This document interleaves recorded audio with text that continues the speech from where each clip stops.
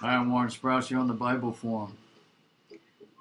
Whether you know it or not, we are currently living in an Orwellian cage. It was in Orwell's 1984 that the idea of how people think being controlled by the language they hear. By controlling the language, Big Brother was able to control the way people thought. With a limited vocabulary, the people are limited in how much they can think, as well as what they think about. That's a philosophical concept. In 1984, the Orwellian character named Syme was a philologist who specialized in something called Newspeak. According to experts, by 2050, earlier probably, all real knowledge of old speak will have disappeared. The whole literature of the past will have been destroyed. Chaucer, Shakespeare, Milton, Byron. These will only exist in Newspeak versions, not merely changed into something different, but actually changed into something contradictory of what they used to be. And nobody will notice. Those that know will be dead. In addition, he says even the literature of the party will change.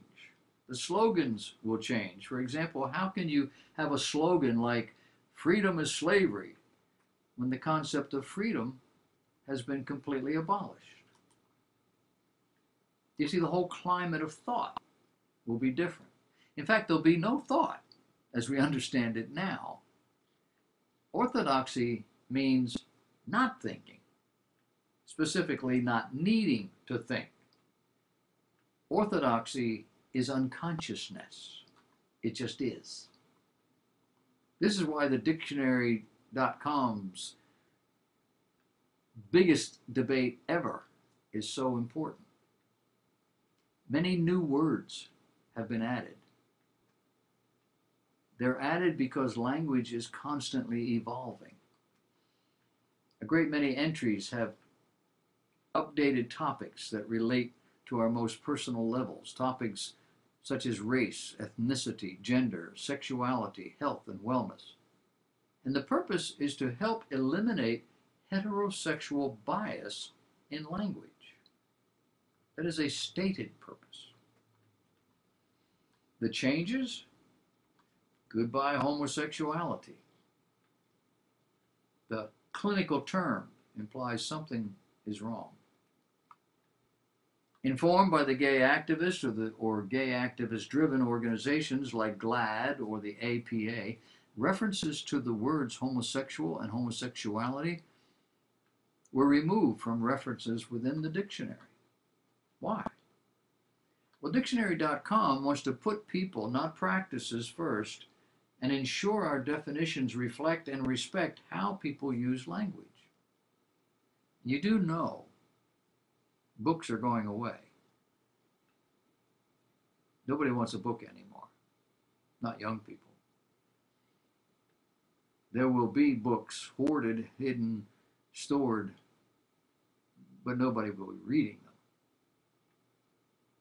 Homosexual and homosexuality are now associated with pathology, with mental illness, with criminality, not necessarily just behavior. And so to imply that being gay, normal way of being, is sick, diseased, or wrong is anathema.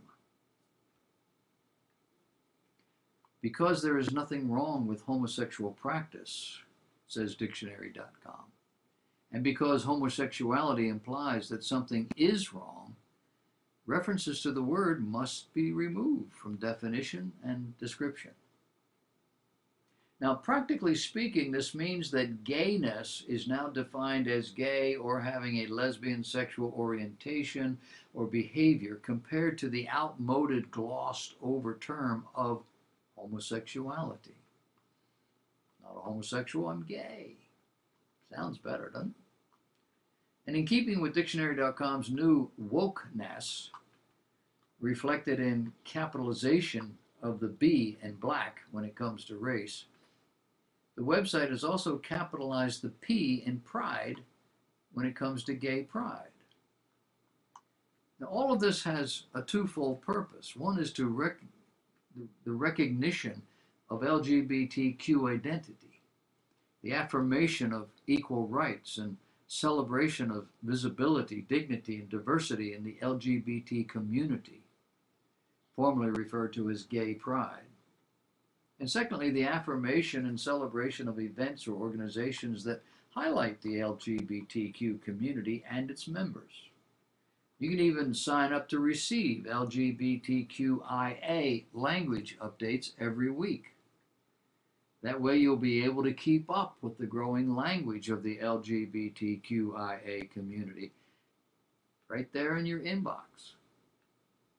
We will also be appraised of new letters being added to the LGBTQIA, no doubt.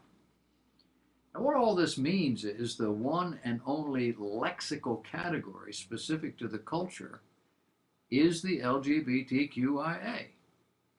No updates on any other specific subject are offered. Nothing about animal or plant life, nothing about the environment, nothing about politics, nothing about sports, nothing about anything specific other than the LGBTQIA language. Now, the parental portal is designed to help parents teach vocabulary to their children. And all of this is nothing less than the hijacking of a dictionary by sexual and ideological activists. And all this is well beyond woke and reminiscent of Orwellian newspeak. Type in the phrase, "he who controls language," on your browser. What do you get? You get he who controls language controls the conversation, controls thought, controls the argument, controls the debate, controls the masses. The question becomes not will you be controlled, but when will you be controlled? Then you or your grandchildren or your great-grandchildren will not be able to flourish in that new society. The one our public education experts are building, have been building for at least the last 50 to 75 years. And my advice is simple. Refuse to be controlled by the LGBTQ whatever activists and their allies. Speak wisely, speak graciously, speak truthfully without compromise. If you don't do that today, then come tomorrow, you won't be able to.